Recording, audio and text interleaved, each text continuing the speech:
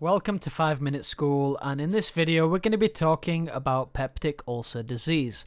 So this is a disease where ulcers develop in areas of the gastrointestinal tract or the digestive tract which are in high contact with the acidic gastric juice. So if you don't know what an ulcer is, it's a lesion which kind of looks like a crater. I'm going to put a picture of it here.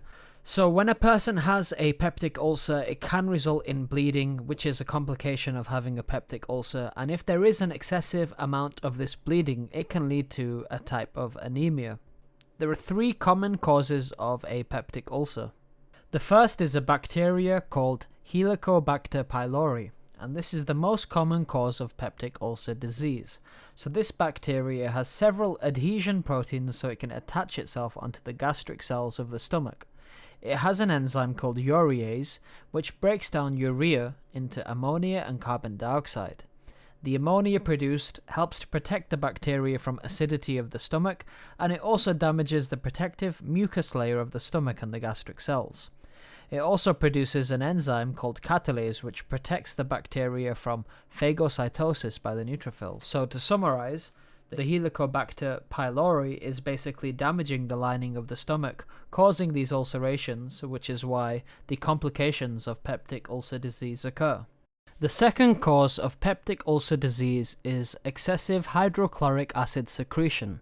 Now, higher concentrations and higher volume of hydrochloric acid can occur in diseases like Zollinger-Ellison syndrome, and it damages the protective lining of the stomach. And this excessive amount of hydrochloric acid can damage the protective lining of the stomach and gastric cells because the amount of acid is more than what the body can resist. The third cause is non-steroidal anti-inflammatory drugs like aspirin. Studies show that these drugs irritate the lining of the stomach. They impair the barrier properties of the mucosa, and they increase suppression of anti-inflammatory gastric prostaglandins. They reduce gastric mucosal blood flow, which also affects the defense and repair of the lining of the stomach. So those are the three main causes of peptic ulcer disease. Now we're going to talk about how it's treated. So in terms of the treatment of peptic ulcer disease, if the cause is due to Helicobacter pylori, antibiotics are usually the first line of treatment.